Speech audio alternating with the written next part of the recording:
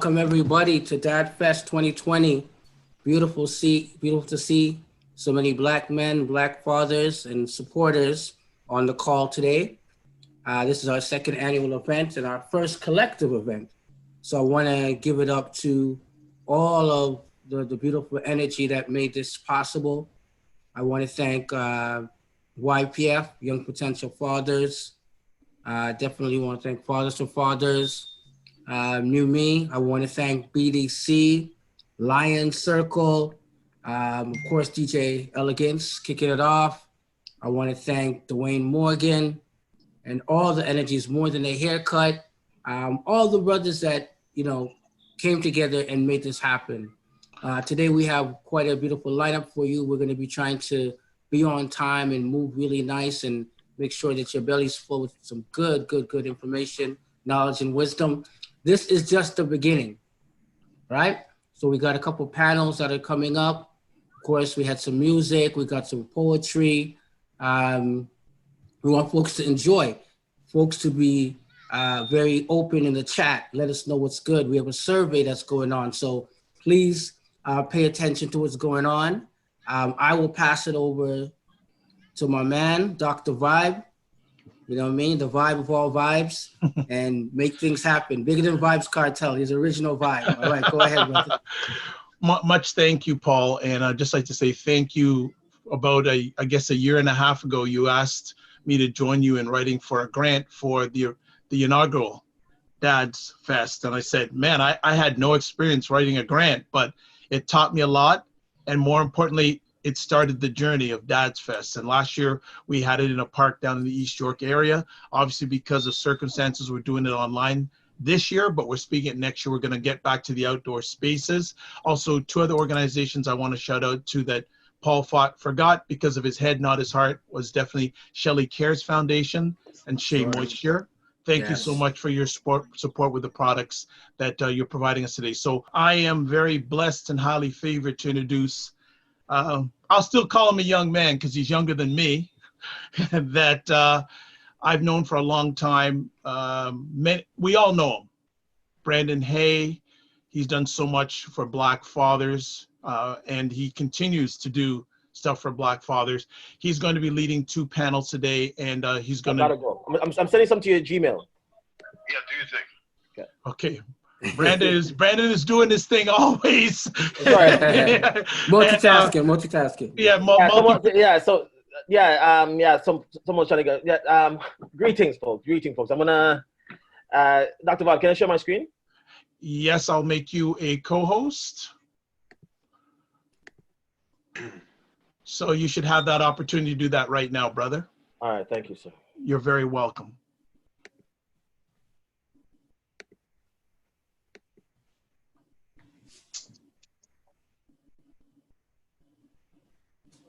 So greetings, folks.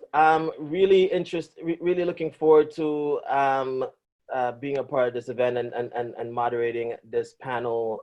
We have two great panels coming up today. I'm glad that it's being streamed onto Facebook and it's being recorded. So for folks who are not able to make it out,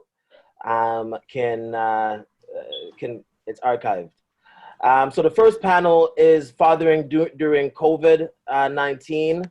The agenda is some upcoming events. I want to plug the We Are Black Fathers campaign. If you haven't done so, how to get involved, and then we're just going to meet the panelists and just jump right into the panel.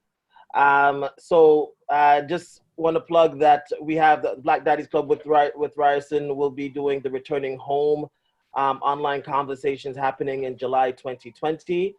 More detail is to come. If just go on to the blackdaddiesclub.com for more details.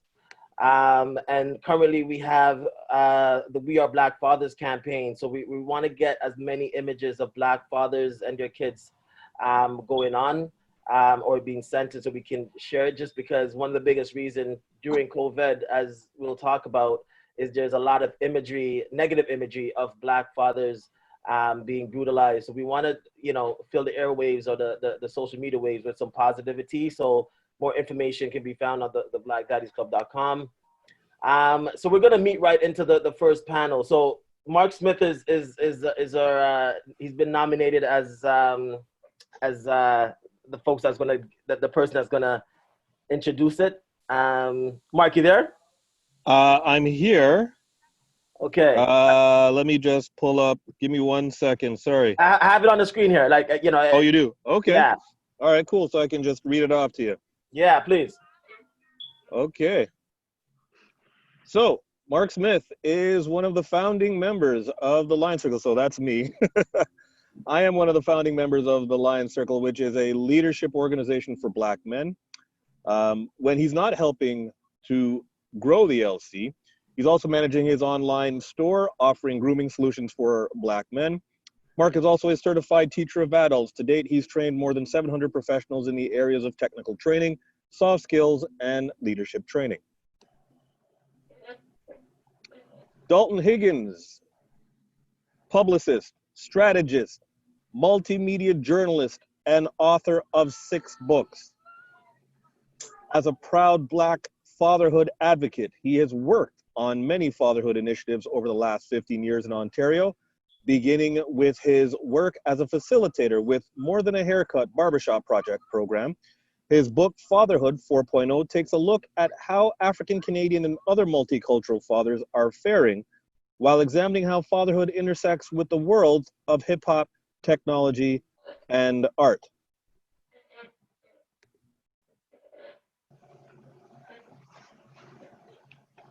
Cassius Washington Smith, father of 1 and marketing intern for a different bookless cultural center. A sports enthusiast, Seinfeld aficionado, lover of life, and lover of his people. Cassius is also the son of Mark A. Smith, yours truly, on this panel. Jermaine Spence is the father of 3, works with Canadian Mental Health Association in Peel, young adults, and co-author of the book New Me 10 Men, 10 Stories of Perseverance.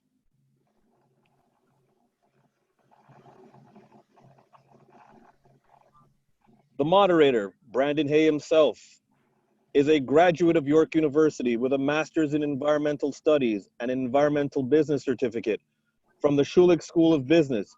He has recently completed his first year of the Gestate Institute of Toronto, where he is working towards becoming a therapist to offer support for Black men and Black families in the Greater Toronto area. Brandon is a father of 3 boys and the founder of a Toronto-based grassroots movement called, as you well know it, the Black Daddies Club. Thank you. So this is why we had Mark do that, like, because Mark, I'm gonna ask you for later on for the second panel. I can't follow that up. I'm just gonna jump right into it. So thank you for that. This first question is going out to Cassius. When co-parenting from different households, as fathers, what strategies have you used to maintain consistency of routine for your child as they go between households during COVID-19?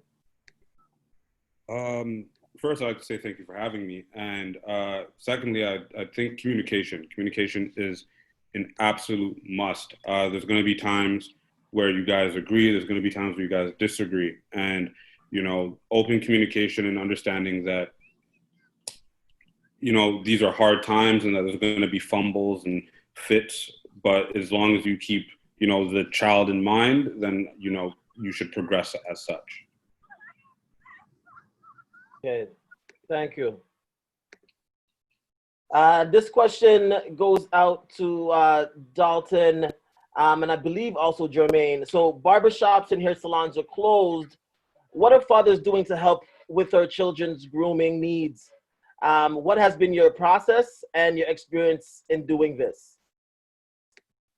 Yeah, totally. Yeah, I'll take that one for starters. I mean, it's an interesting thing because I have a 20-year-old daughter and a 14-year-old son, and quite naturally their grooming needs might differ slightly.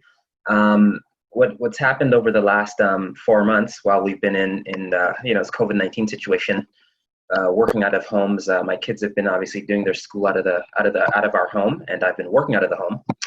And I actually gave my 20-year-old daughter, it's the first time I've ever cut her hair.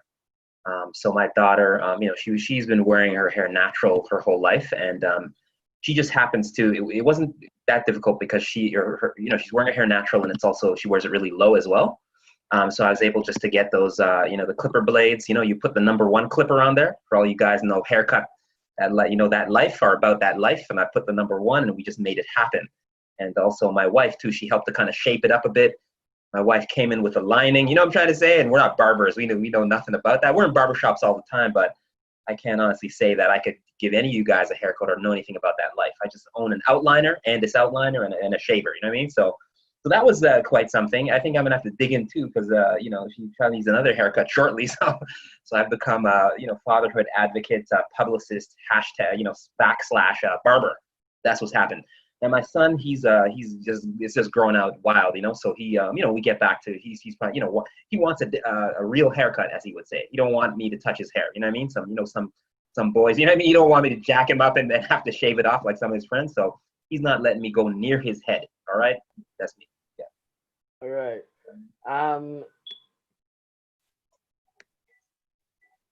Jermaine, I'm going to give this question to yourself here. So regarding mental health in Black fathers during the COVID-19 pandemic, how are you balancing between the roles of parenting, teaching, working from home, cook, mediator, cleaner? How have you taken care of your own mental health during this period?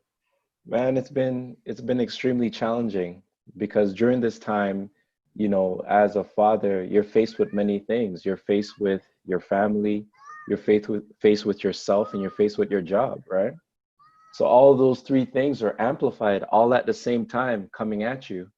So what I've learned during this time is to kind of take time, carve out some time for myself, right? I tried to carve out some time for myself, whether it's waking up early in the morning and just reading a book that I like, or doing some exercise, or doing something that kind of benefits my mind emotionally or gives me an escape, just so that I can get my mind right to balance and to look at my kids and face today. So that's how I do that, because it's challenging during this time, because when you're in quarantine, there's no escape. You're everybody's in your face. The kids are in your face. The wife is in your face. Work is in your face for those who work from home, online.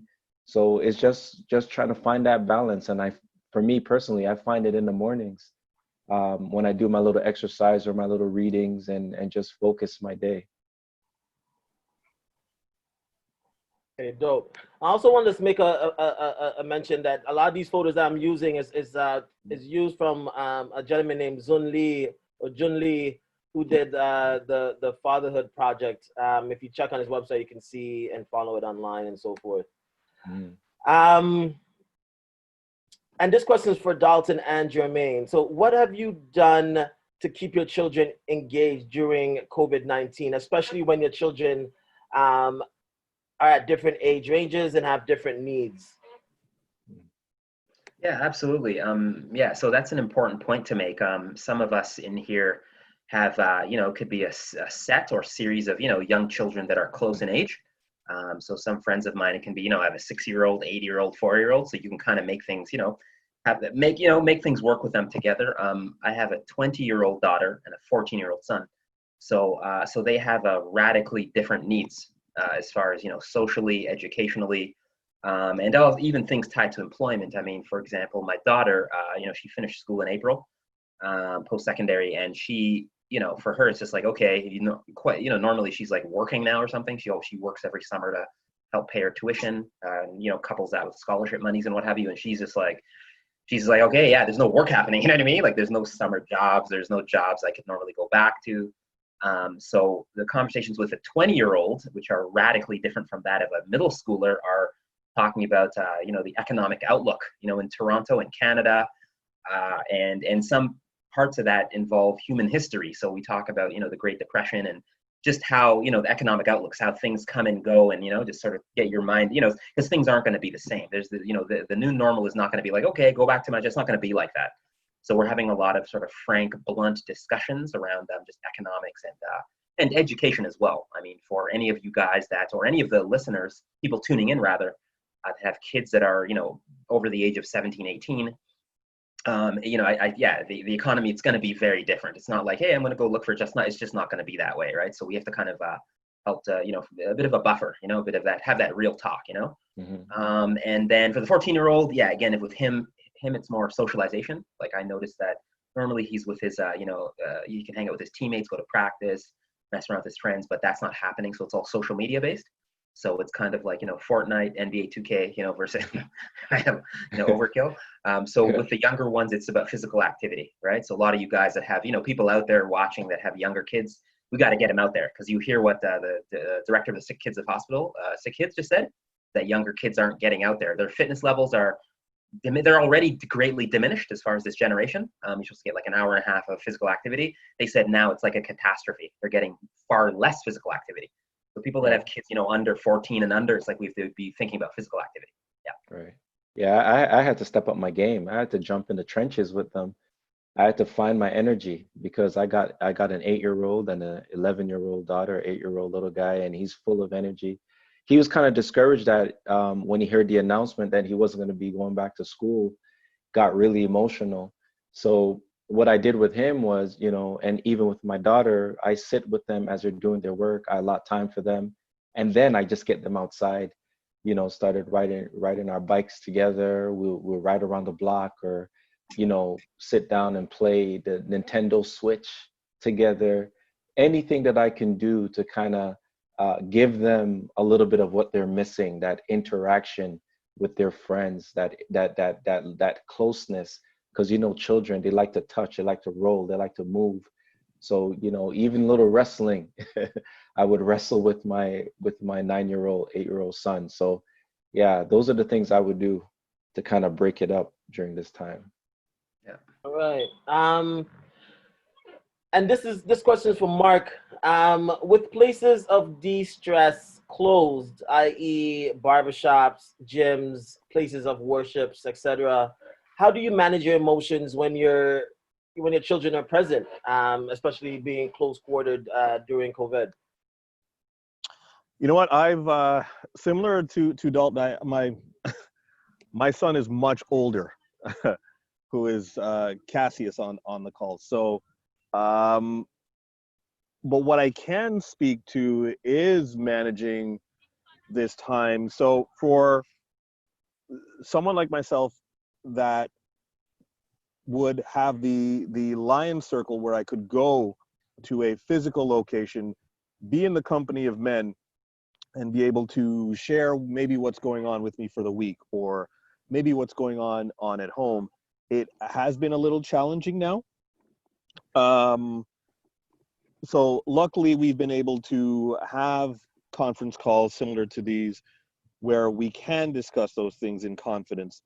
But kind of like what Jermaine was saying, is finding the space, and you have to find the space in your home to be able to, whether it's read, whether you have incantations that you say to yourself, something that will kind of alleviate the stress that you're feeling.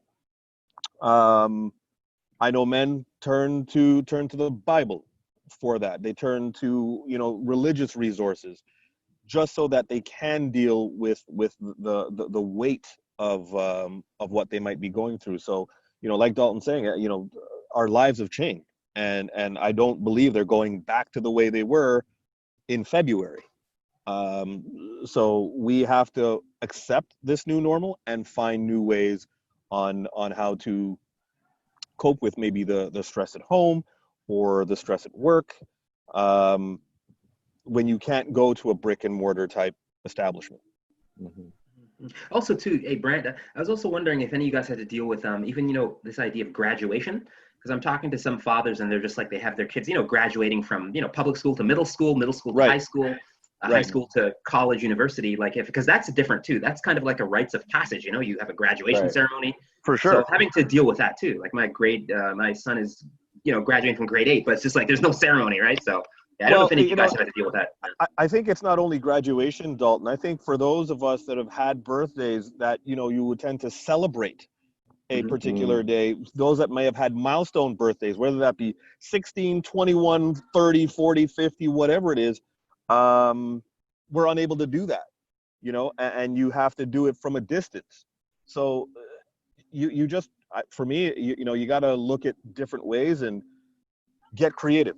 And I know I've seen, watching some of the television shows, what some people have done as far as being creative when it comes to their graduating class. So I think there's things that people have done on that I've seen online. Right. I definitely want to again thank you for the panel for the thoughtfulness in your answers. So Mark, Jermaine, Dalton, Cassius, many thank yous. Back to Dr. Vibe. Blessings. Thank you, gentlemen. Thank you so much for your sharing. I want to let people know, you know, in terms of Young Potential Fathers, which began 10 years ago, Benjamin, those are foundational brothers who were there from day one, you know, helped to write the grant and kind of bring the organization into fruition. So again, I want to kind of hail them up for that because, you know, the works is there and, you know, we're here. We're still here. We're still doing our thing and collectively amongst everybody. All right, so we're going next. We're going to have a gentleman, you know what I mean? Dwayne Morgan. And I speak, you know, personally, knowing this brother from way back, you know, over 20 years ago, which is kind of strange seeing that he's only 21, but knowing him about 20 years ago or so, young brother, I remember out there doing poetry in the different schools, speaking at Black History Month celebrations, doing the work, you know, for a minute. And then to see him today as a father, as well as myself, we both knew each other before we were fathers, and to see his journey and just the work that giving back to the community still, really working, I see hard with young men as well. And, you know, bigging up to yourself and your daughter, Egypt, and just, you know, letting you know that we see you out here, right? We see your work, we acknowledge, because many times as Black men, you know, we're not seen, not known. And I just had this conversation yesterday with Kofi, but, you know, Dwayne Morgan, want to know that we see you, we thank you, and humbly, we look forward to you dropping a nice piece of our poetry right before we go into our next panel. So let's give it up to Mr. Dwayne Morgan. All right, bless. Awesome. Thank you so much for that, Paul. It is a great pleasure and honor to be here. Thank you to everyone who spoke on the previous panel. It's interesting, you know, like people like Dalton and stuff, like who I'd normally see in the community, but haven't seen because there's no events or whatever. So it's good that we can all, you know, kind of come together and vibe in this kind of way and still maintain some kind of connections with each other. So I'm going to share two poems with y'all, and happy Father's Day, you know, to all the everybody, you know, celebrating tomorrow and this weekend. But yeah, so I'm going to do two poems. This first one is just based on some real life stuff that you know, happened with my daughter, and just, you know, what it's kind of like, you know, raising a daughter and trying to, you know, make sure that she you know, knows what's right and wrong, can stick up for herself and that sort of thing. So going to do that, and then I'm going to go. I'm going to read one from my one of my latest books, and I think a lot of us will probably be able to identify or see some parts of us in that.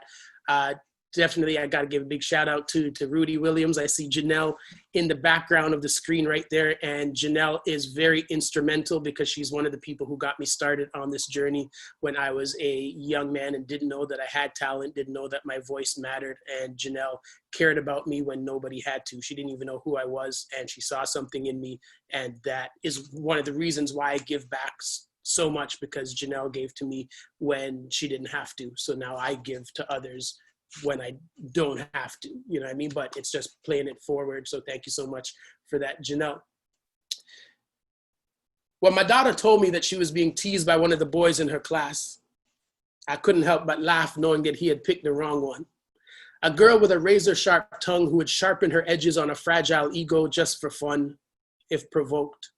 I let her know that the next time he loses his mind, simply tell him you're only doing that because you like me, but say it when he's with his friends. Watch him shrivel up like the wicked witch of the West, because the worst thing for a boy is to be caught having emotions that aren't anger or aggression, to be forced to be accountable for his actions and intentions. And who's teaching the boys that no means no?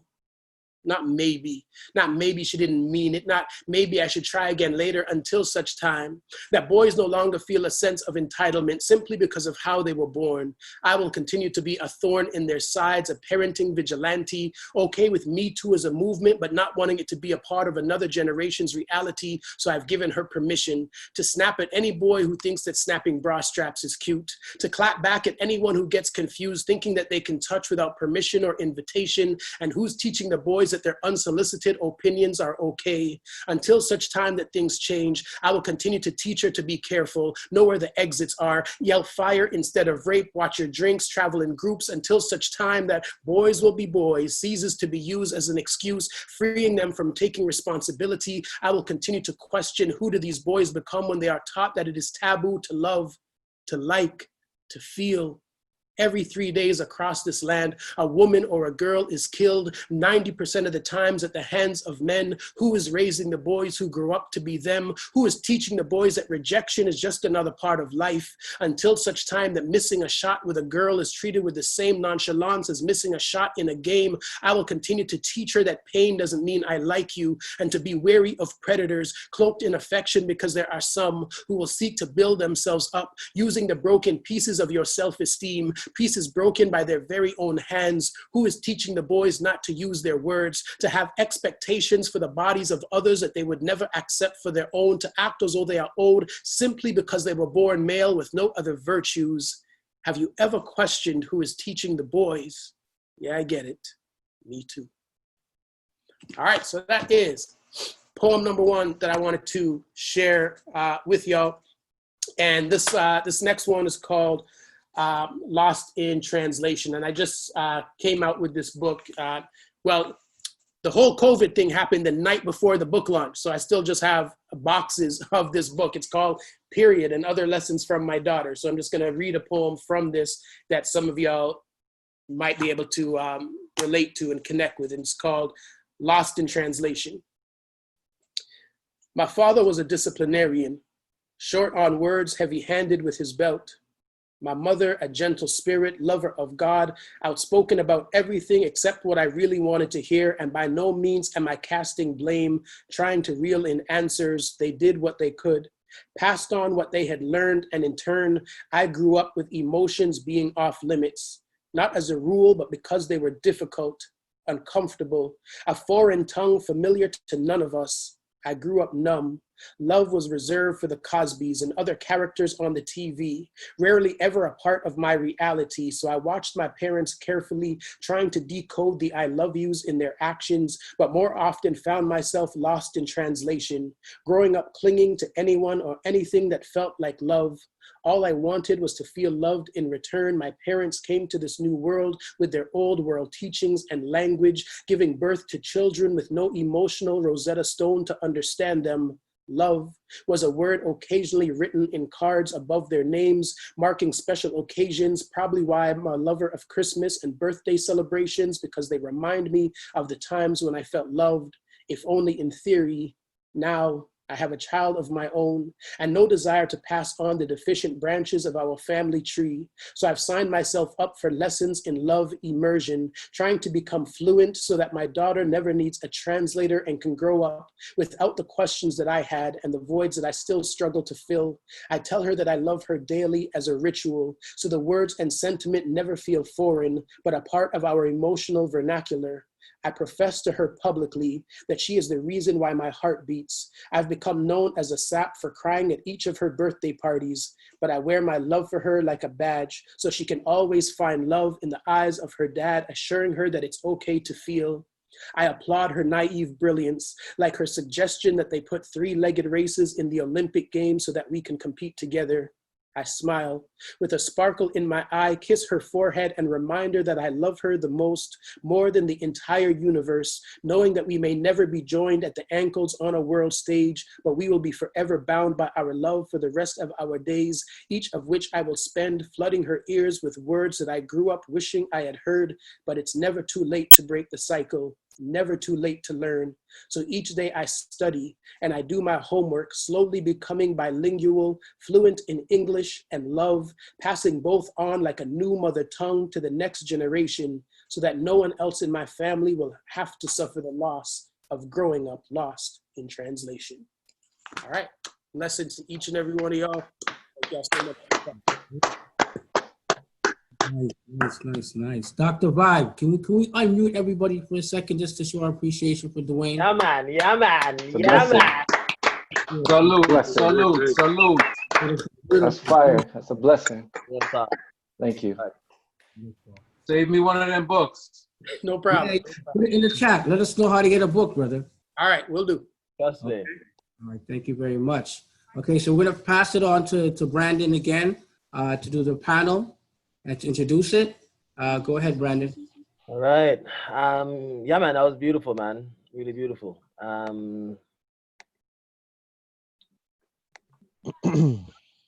Okay, so the second panel is entitled Black Fathers' Lives Matter.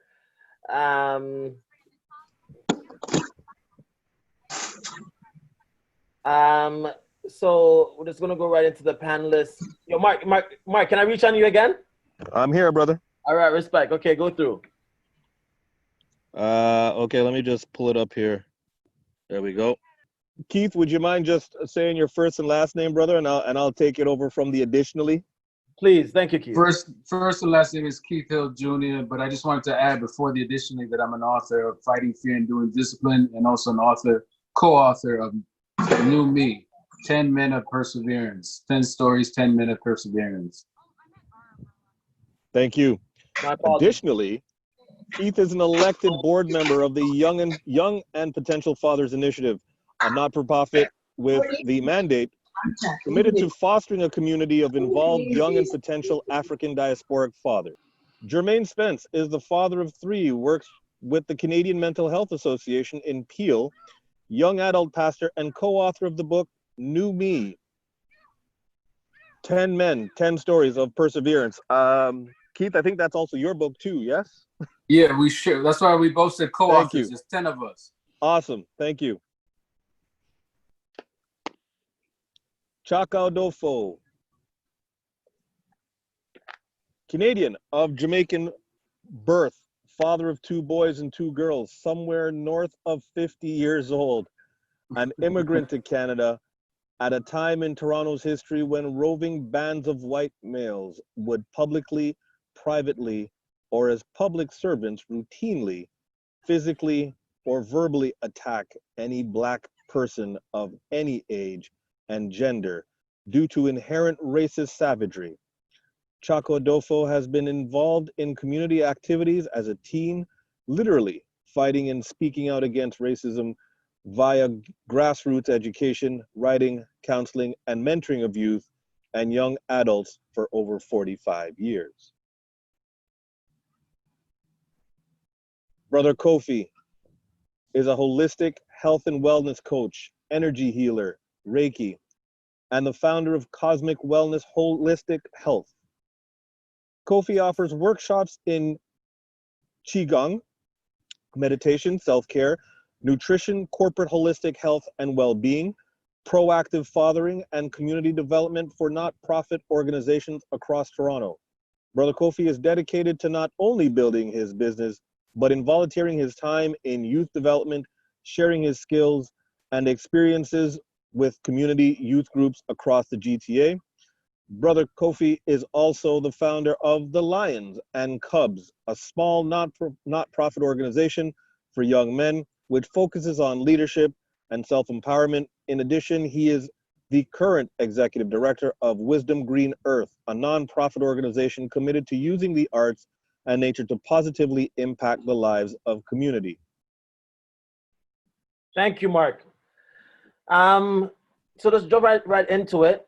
During this time in history of consciousness rising around Black life around the world, what are some strategies for engaging and educating our children during this time? And this is going to Keith. For me, I think ultimately it's about, as they say, those who don't know the history are doomed to repeat it. So to understand what the history of the fight has been and making sure that they understand that at the end of the day, this moment in time is not a singular moment. It's a cumulative moment, so that there are other fights that took place before then, and there's an ongoing fight that has to continue even after this. So I think one of the strategies is just to educate them that it's just not for the moment, because one of the things that I personally am concerned about is that it's going to be a fad, that people are all on board. Everybody wants to get all riled up and everybody says, I want to help and I'm an ally. But then when the media doesn't have it in its regular news cycle, that they're going to be gone. So just ultimately making sure that the kids understand that this is an ongoing thing that started before they were born, and it likely will continue after they're alive. But that doesn't matter. You put in everything that you can while you can. Second question, regarding legacy building, and what kind of legacy are you leaving behind? What generational plan do you have in place? How can we go past the mindset of gratification now towards a mindset of planning for the future, and delayed gratification? And this question is for Jermaine and Keith. Well, yeah, I would think more of breaking cycles. When I think about what's going on now, and I look at even my life, some of the patterns of my father, and some of the things that I would like to break and not instill in my children, I think, you know, to try to build that legacy is to break the cycle, the negative cycle of the past, to try to change the narrative of who we are. And just like what Keith says, as a people, I try to teach my kids about the strength that they have. I don't limit them by their color. I don't focus simply on their color, but I pour into them the ability to work hard and to press and to push forward and to know that they have it. You know, they may start the race at a different point, but they're still able to run with anyone else, with any of their peers, and don't be limited because of their skin color. So those are the things that I think about. What do you think, Keith? I would just add that, you know, I'm a big proponent of, when it comes to legacy, and I know I don't mean to sound shallow when I say this, but I say this unapologetically. I think of money. Like, I think of wealth. I think of legacy as form of a business, as form as a life insurance policy. Like, it's simple that we could, or wisdom or something to that effect. So the ways in which I'm personally leaving my legacy behind is through the literature that I write, and through the entrepreneurial efforts that I have in place, and just a plain old simple life insurance policy. That's one of the easiest way that we could help our next generation behind us have it better than us.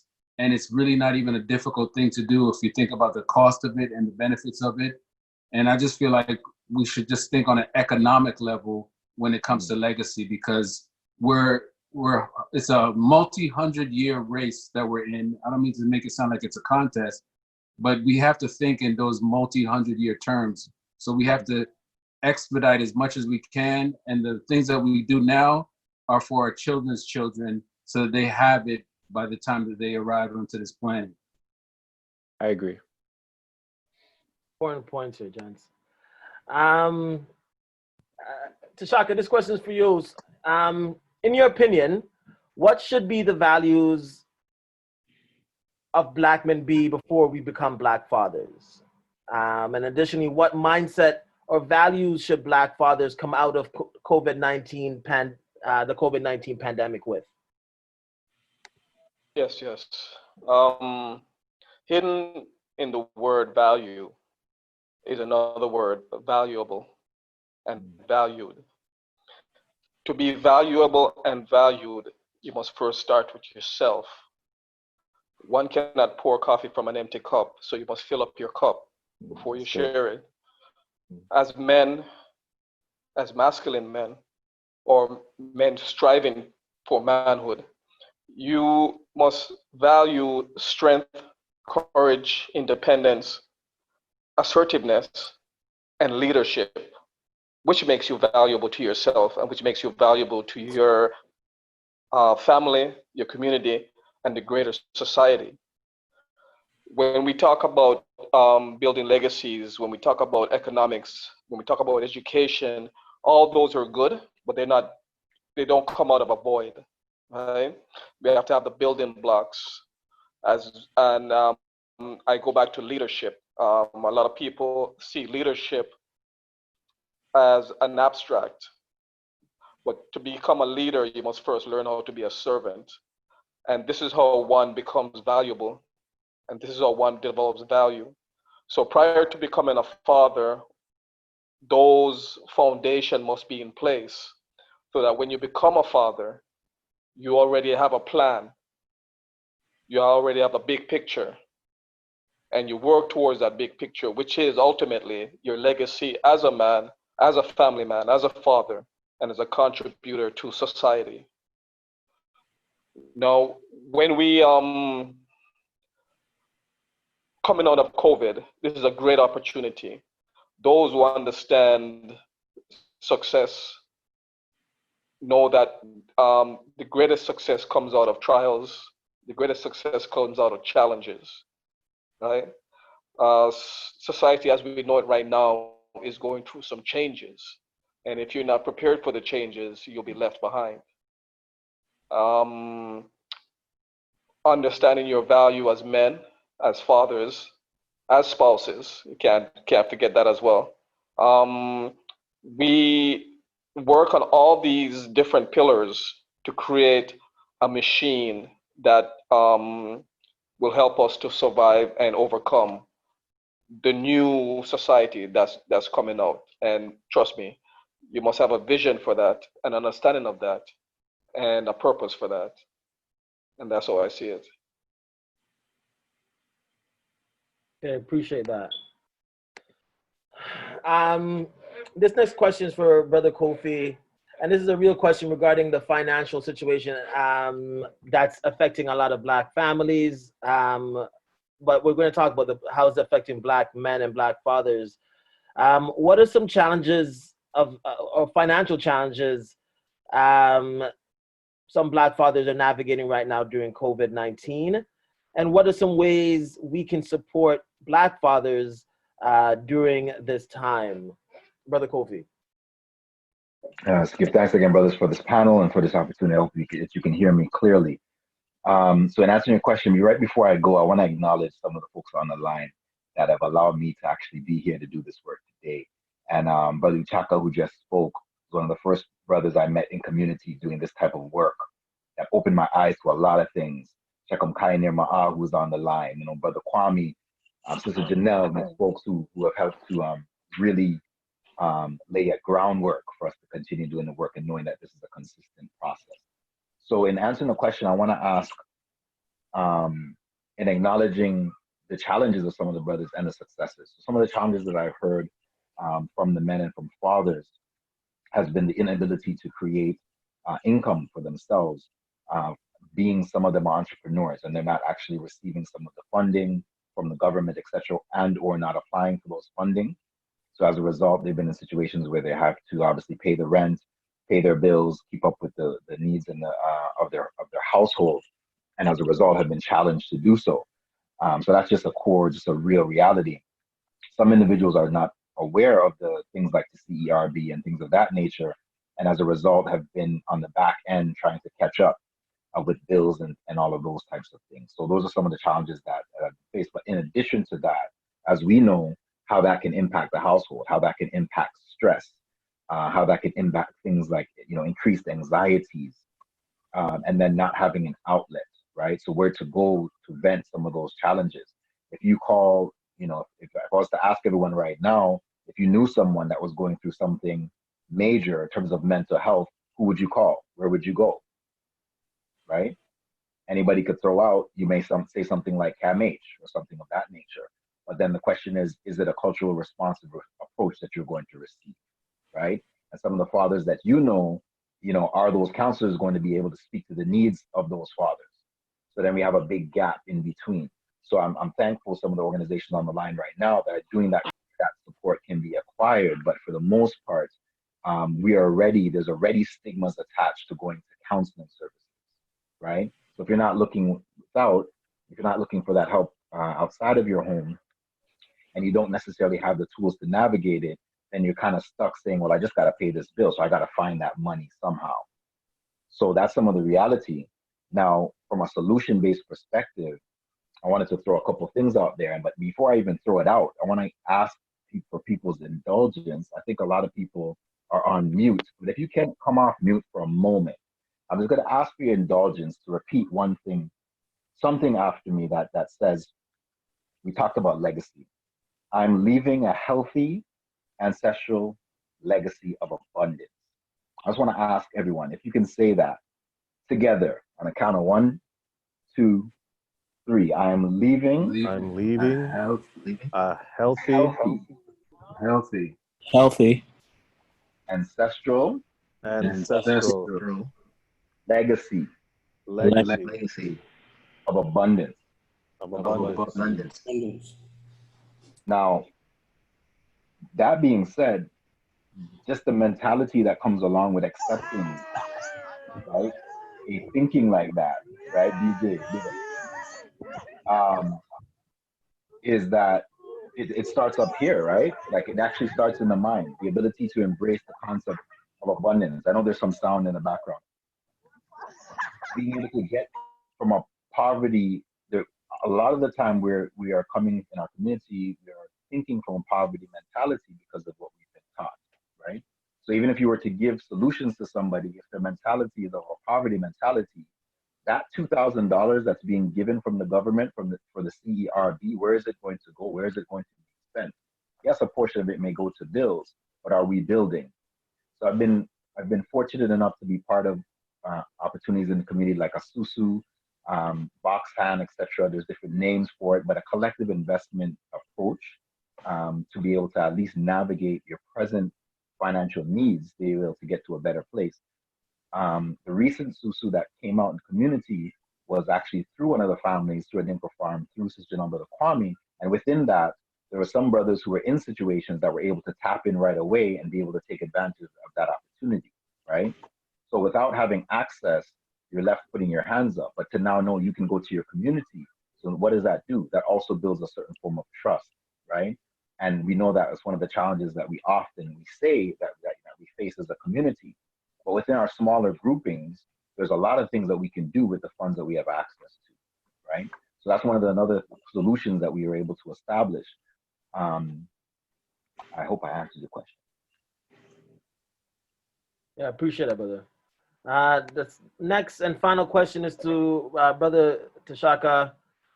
For Black parents who have been homeschooling their children during COVID, that are interested in finding culturally relevant resources and curriculums for the children, what African-centered curriculums are available online?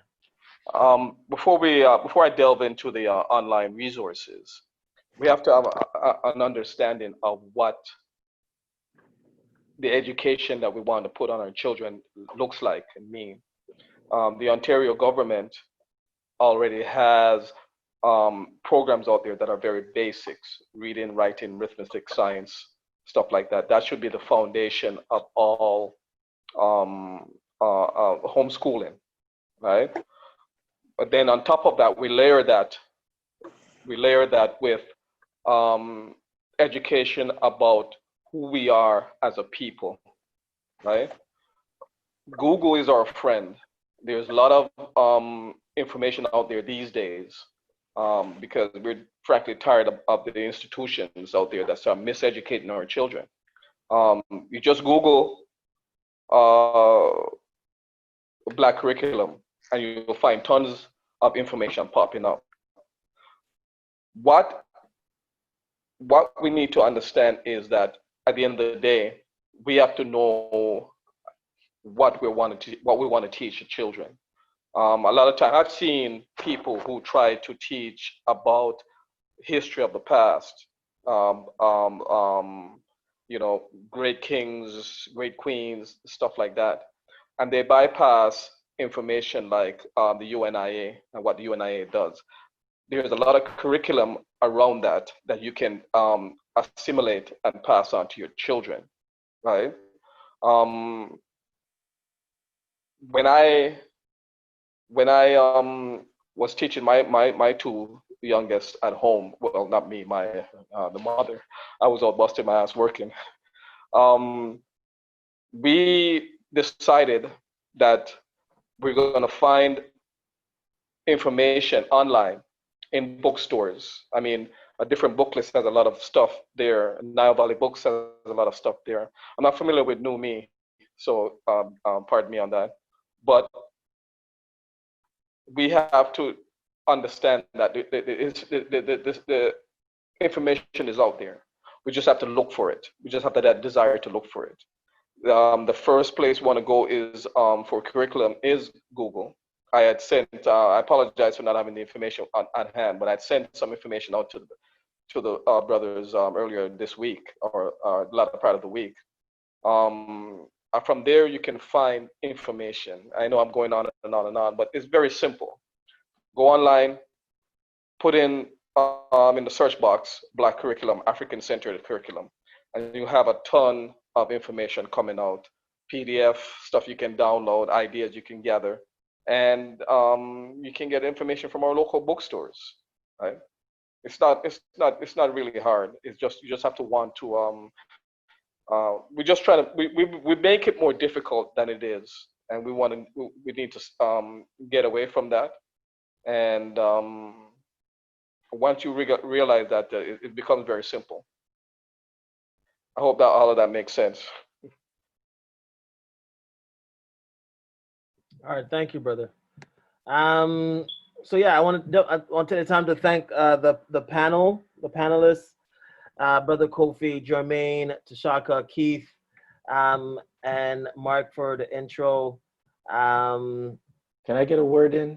Just one last word, please. Go ahead, Jermaine. I just want to let everyone know that, I know this was short, and I know that there's a lot of information. And I know that this conversation could go on for a longer period of time. So this is why the Brothers of New Me plan to continue the conversation in terms of fathers and fatherhood and the conversation of how do you father when you've never been fathered. And so for those that are listening on Facebook, they can find and connect to the New Me page on Facebook. And the New Me book, this is what it looks like here, 10 Men, 10 Stories of Perseverance. This book is on Amazon, or you can get on the Facebook. And we also have a page on Facebook to stay tuned as we will continue this conversation the months ahead. Thank you. Yeah, thank you for that. No problem. Any other comments of folks from the panel before we turn it over? Somebody said something about no more GoFundMe, and it's funny. As soon as he typed it in the chat, I think it was Benjamin. Yeah. I was actually going to put that out there. So for those that may not know what we're referring to, I would be surprised at this point, but there's an unfortunate reality that has taken place. So, a week, 5 days, etc., following the announcement of the death of members of our community, there's a GoFundMe that's created to essentially, in a lot of cases, pay for the burial ceremony and all of that, regards and in support of that family. And I guess also because it's a very sensitive time and a sensitive topic, we don't want to talk about it, but we need to start talking about it. And one of the things that can be done to approach that essentially is what was mentioned, is looking at things like ensuring that we have a will, ensuring that we have life insurance. Brothers, at the end of the day, if you're working for a company that provides you life insurance, cool. Normally, a lot of us are. But if you're an entrepreneur, or if you're working for and you lose your job, I myself have justified not having life insurance, right? Because I couldn't afford it, right?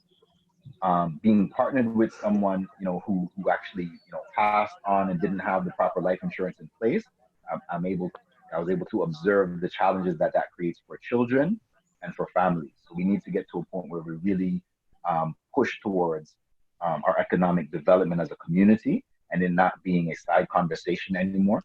It has to be at the forefront. And there's many individuals in the community, and we have some things coming up in terms of financial fitness boot camps on behalf of the Black Dads Link Up Group. We'll be bringing different individuals from our community that specialize in that area. So definitely look out for that. The Black Dads Group Link Up Group on Facebook, Black Dads Link Up Group on Instagram. And, we need to continue the dialogue around economic wealth and development and abundance, and as well as understanding that these are things we need to start incorporating back into our culture. So I just wanted to share that. All right, brother, respect on that. All right, just quickly, I just want to plug the Returning Home online conversation taking place in July. This is with Ryerson University We Speak Project and Black Daddies Club. And currently we have the We Are Black Fathers campaign that's running up until tomorrow night, the end of Father's Day. You can find out more information on www.theblackdaddiesclub.com. All right, so back to Dr. Vibe. Thank you for your patience. Back to you, sir. Well, actually, it's back to our good friend, Mr. Paul Osborne. So, Paul, you're going to take us out. This is a beautiful, beautiful occasion. And again, this is just the beginning. And I really want to let folks know that humbly, as an African man, we can do nothing without our women. Right? And we're humble to these pieces. So for those who are in the circle, in the conversation right now, again, thank you for supporting us, having our back. Sometimes when we didn't have the strength. I want to, acknowledge the fact that this week we will be giving out food baskets that were donated by Shirley. I want to kind of give it up to her. And a lot of folks are asking me, what's these food baskets, right? As well as we have some shea products. So I'm going to kind of show y'all really quickly. I mean, what would a food basket be without a little bully beef or corned beef in it? Of course, plantain, y'all can see the plantain. Johnny cake, right? We got some ackee, we have some saltfish. So things that are really, African. And Paul, I tried the face scrub, this the beard wash. Got a good lather going on, gents. What about me? I thought about man like Benjamin, what about me? Benjamin DeGraff. We'll appreciate something like that, yo. Oh yeah, we got him. Again, DJ Elegance, we got you. So appreciate it. So we got those products as well this week, beard oils and stuff like that.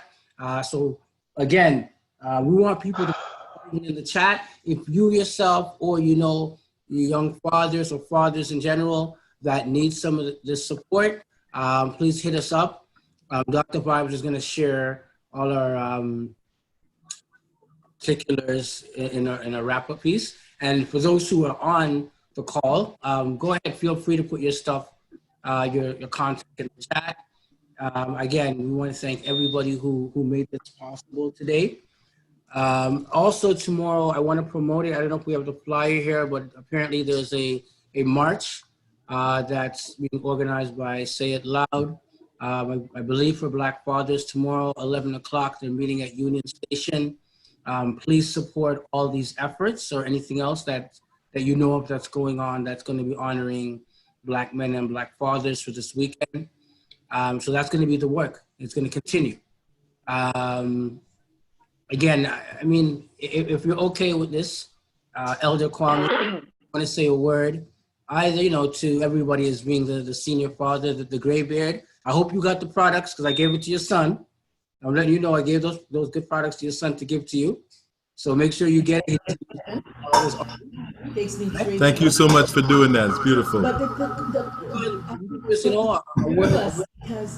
Fathers out there, men, family. Tommy, do you want to say a few quick words? I just want to say that thank you to all of you who organized it. It was beautiful. I really enjoyed sitting in, and if you noticed, you saw some females in the background, and also my 14-year-old son, who chipped in from time to time and checked it out. So thank you so much for putting that together, and I had a really good time. And thank you, Paul, for bigging up the Say It Loud event tomorrow. I'll be down there with drums. So for those of you who have an instrument, bring it. Want to let us know a little bit more about the event, Kwame? I know YPF is a sponsor. Just some of us are not aware of it as much. Yeah. So as you know, Say It Loud has had a campaign to attack anti-Black racism by doing really positive and encouraging positive thoughts and actions in our own community. And this is one such event that has been organized by Farley and his group. And yeah, we're gonna have a good time. So I'm looking forward. I'm gonna come down there with my drum. I'm gonna bring my sons with their drums. I know Kofi's on point, so please come join us. Let's celebrate Black fatherhood, especially in the time that we're experiencing right now. I think it's very important for us to claim space, for us to kind of commiserate with each other. Bring your masks. We're going to do it social distancing style, but nevertheless, we're going to have a good time. Sounds good. All right.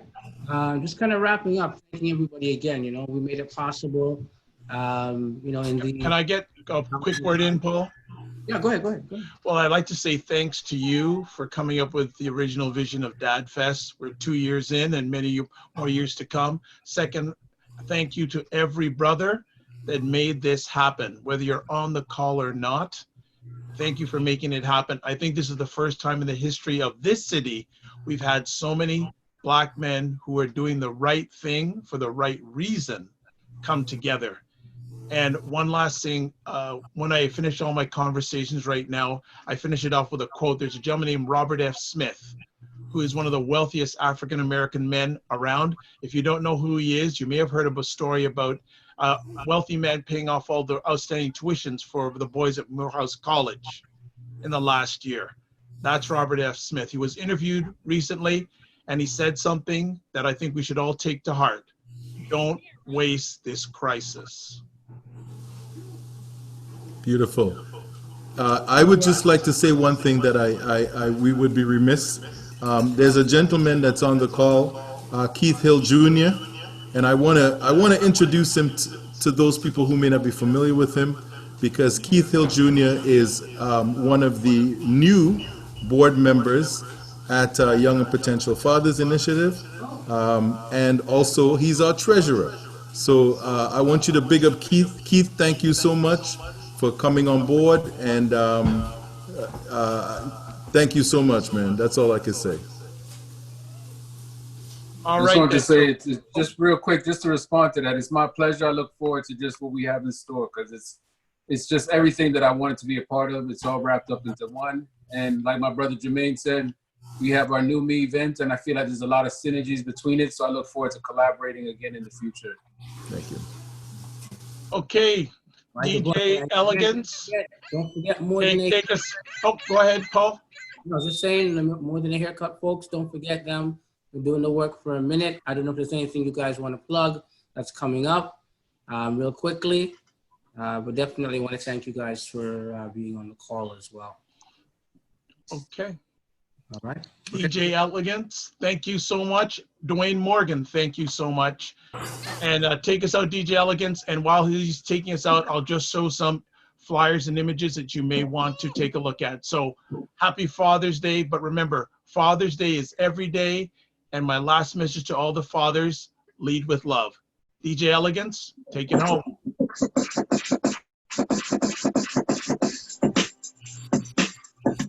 Come on. I see no change. Wake up in the morning and I ask myself, it's like work living, should I bless myself? I'm trying to be important. I'm trying from the first to live before work. Cops give a tale about her needs, bro. Bullet trigger killing them, even eat, bro. Interesting. 2 shots in the door, now you. I don't know, but we can never do it. We gotta start making change. Happy Father's Day in advance, guys. Happy Father's Day. And that's how it's supposed to be. That's just the way it is. Things will never be the same.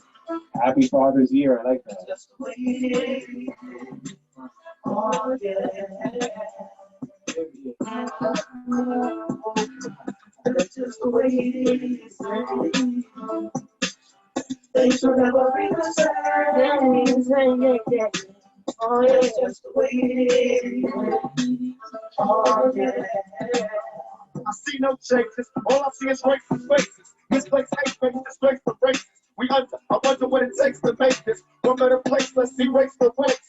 Take the evil out of people. They'll be acting right. Cause both black and white and smoke tonight. And the only time we chillin' when we kill each other. It takes kills so we real time to heal each other. And although it seems evident we ain't ready to see a black president. It ain't a secret of concealed the fact. Penitentiary fact and it's filled with blacks.